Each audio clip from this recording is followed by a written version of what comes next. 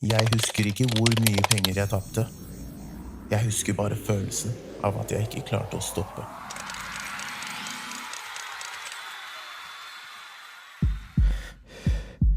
Det rare er, hadde du sett meg i dag, hadde du aldri gjettet det.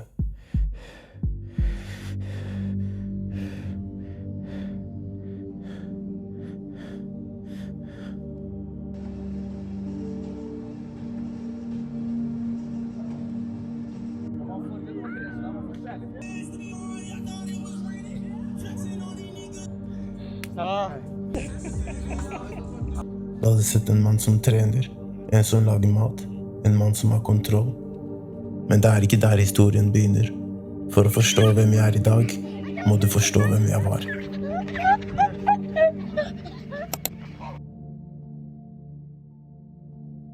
Mitt aller første barndomsminne tror jeg er at jeg og en venninne, barndomsvenninne som heter Aisha, vi sykler til is. Vi sykler til Narvesen for å kjøpe is. Og jeg husker at det var en veldig god følelse. Det var sommer, sola skinte, jeg hadde på hjelmen min, og liksom alt var strålende, tipp topp.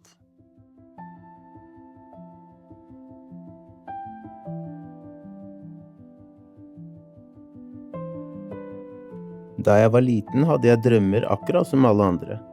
Jeg tenkte ikke på avhengighet. Jeg tenkte ikke på gambling. Jeg tenkte ikke på hvor mørkt ting kunne bli.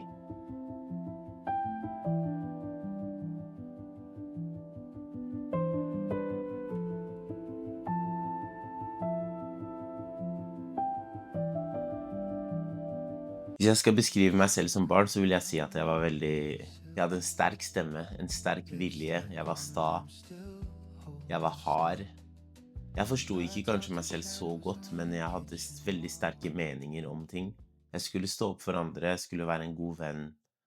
Det var veldig viktig for meg å være en god venn og stå opp for vennene mine. Kjempe for urettferdighet.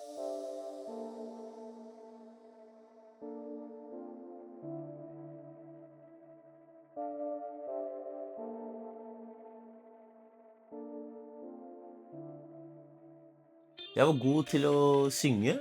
Jeg var flink til å stå opp for andre. Jeg vil ikke si at jeg var så flink til å snakke, men jeg var flink til å stå opp for andre. Jeg var utagerende, jeg var urolig. Men jeg synes jeg var veldig snill og hadde mange gode egenskaper.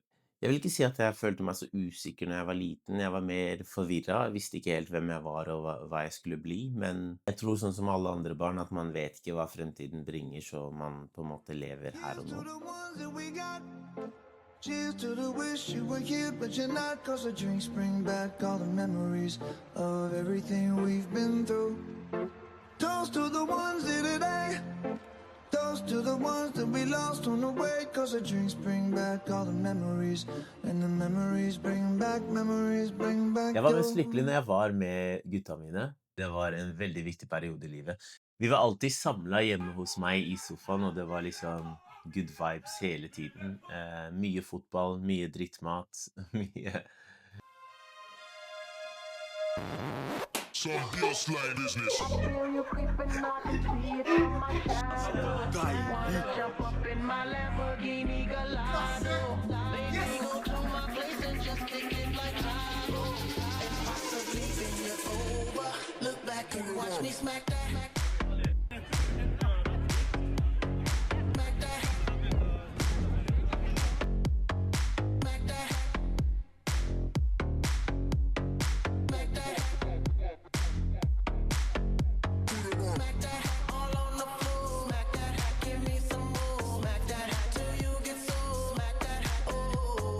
Fem, 6, 7, 8 timer etter skolen i helgene så vi på fotball. Det var sånn fra barndommen til jeg var 22-23 og flyttet ut. Så jeg hadde en veldig fin barndom, og jeg følte meg mest lykkelig når jeg var med vennene mine.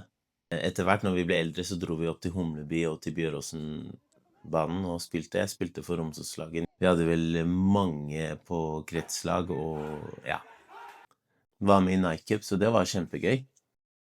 Så drømmen var å bli fotballspiller. Jeg var keeper før i tida, og jeg var veldig god skuddstopper. Jeg var ikke så flink på det andre, og ikke på egen trening og sånn, men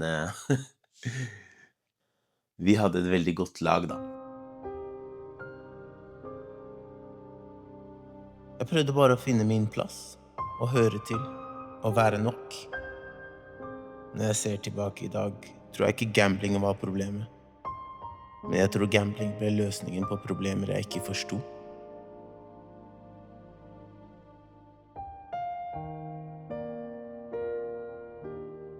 Det begynte ikke dramatisk.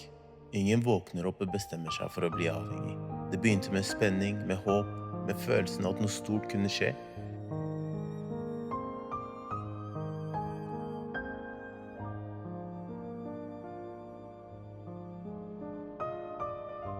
Det føltes uskyldig.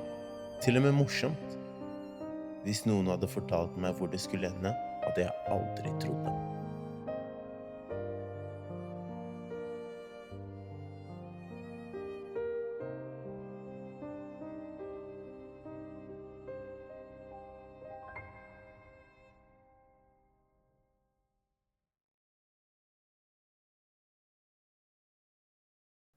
Jeg følte meg vel mest alene når jeg ikke fikk til musikken.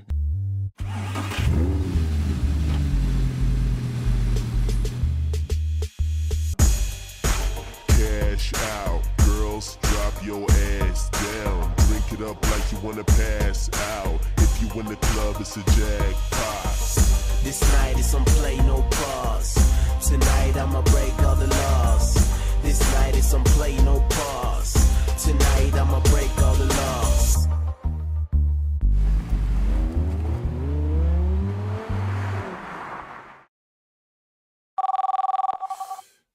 Jeg synes det var veldig vanskelig. Jeg vil ikke si at jeg var så talentfull, men jeg hadde veldig bra driv, og jeg så artister rundt meg som kom opp på store scener. Jeg så artister som lagde solokarrierer, som kom på nyhetene, som kom på P3, som kom overalt, og jeg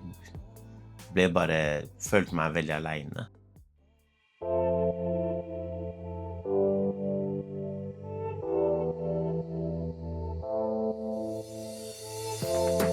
I play, I'm not stopping on the highway.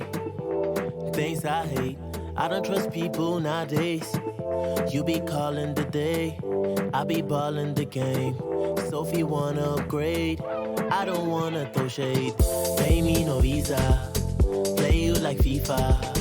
King call me Caesar, follow the leader. I'm on my way. I'm on a wave. I don't know why I'm running away. I got things to say, that's why I wanna stay. Don't wanna get into your life. Don't wanna be a part of your life.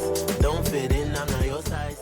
Jeg husker når Hakim kom opp, og vi hadde jo samme manager, og så jeg at liksom Hakim lagde en låt, og så fikk han en karriere, mens jeg hadde prøvd i mange år, og jeg tror at jeg følte meg veldig alene den tida der.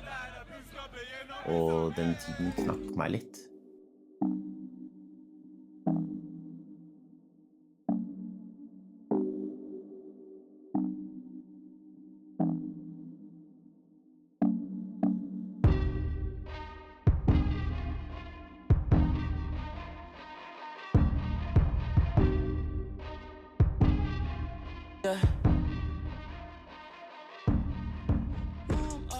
Jeg så opp til Romsåsgutta, Jokes, Isam, Niti, alle disse eldre karene som alltid tok vare på oss og sa hvordan vi burde være med vennene våre, så at vi måtte vise respekt til de eldre.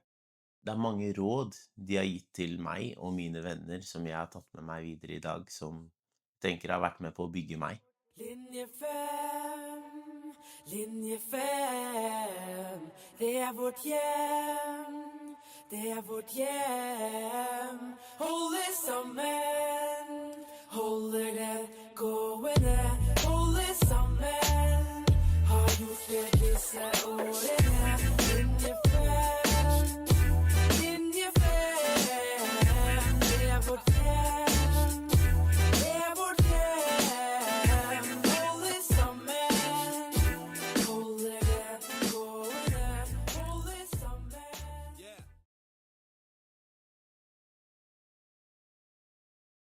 Ansvar, først og fremst. Moren min lærte meg alt når det kom til hygiene, når det kom til å ta vare på leiligheter, holde det ryddig. Du vet at afrikanere veldig opptatt av at ting skal være bra, og man skal ha god hygiene og så videre, så det har hun implementert godt I meg. At man alltid skal jobbe hardt, man skal være ærlig, man skal ha gode verdier og være en god Look at samfunnsborger. me now. I bet you're probably sick of me now, ain't you, mama? I'ma make you look so ridiculous now. I'm sorry, mama. I never meant to hurt you.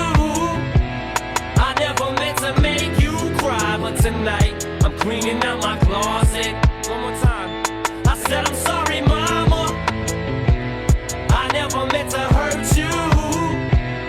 I never meant to make you cry, but tonight I'm cleaning out my closet. Jeg og mamma startet ikke på den beste siden. Da jeg var yngre følte jeg at hun ikke forstod meg, og hvis jeg skal være helt ærlig, tror jeg ikke at jeg alltid forstod henne heller. Det hjalp nok ikke at mamma og pappa skilte seg da jeg var liten. Jeg har alltid vært en pappagutt, og det preget nok forholdet vårt mer enn jeg forstod den gangen. Men en ting har alltid vært sant. Mamma har alltid vært der, gjennom tykt og tynt. Hun kunne ikke alltid stille opp økonomisk, og det hadde jeg forståelse for. Men hun stilte opp på de måtene hun kunne. Hun var der. Jeg tror noen ganger at hun tror jeg har glemt alt hun har gjort for meg. Og ja, hun minnet meg kanskje på det hver eneste gang jeg gjorde noe dumt. Men sannheten er at jeg husker det enda bedre I dag. Jeg husker ofrene, jeg husker innsatsen, jeg husker kjærligheten. Og når jeg ser tilbake nå, forstår jeg hvor mye av den jeg I dag som kommer fra henne. Ikke mannen jeg var da jeg gamblet, men mannen jeg prøver å være I dag. Jeg ikke så flink til å si det, mamma, men jeg elsker deg. Tusen takk for at du der for meg, og takk for alle verktøyene du ga meg da jeg var ung. For sannheten er at jeg aldri hadde klart meg uten deg.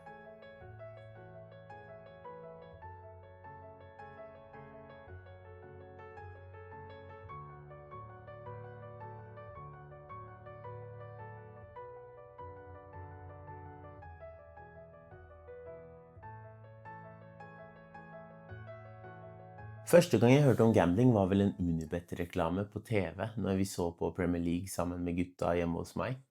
Og så hadde vi så jo på masse fotballkamper, vi spilte mye fotball, og vi spilte mye FIFA. Så vi hadde veldig god fotballkunnskap, da, så vi begynte alltid å vedde med hvem som skulle vinne denne kampen og så videre. Så når vi ble eldre og fikk litt penger, så hadde vi jo penger til å bette, og da bettet vi jo smått på fotball. Vant litt her og vant litt der, som ble starten på en reise, som jeg kaller det. Den første store gevinsten tror jeg var på 50 eller 60 000, og da vant jeg på en 10-kroning. Og da kjente jeg jo at jeg var på toppen av verden og tenkte at, men dette her, sånn kan jeg leve. Jeg kan jobbe litt siden av på skolen, og så kan jeg bruke betting til å på en måte realisere drømmene mine for leilighet, spare penger, og så videre. Det en helt absurd tanke, men det var jo sånn en ung kar ble påvirket av spill, da. Det gjorde med meg var at jeg fikk et veldig usunt forhold til penger. Jeg tenkte at det blir kjappe løsninger, og sånn har jeg egentlig levd siden jeg startet å gamble til jeg sluttet. At alt skal gå fort, og det skal gå veldig raskt, og det skal gå min vei.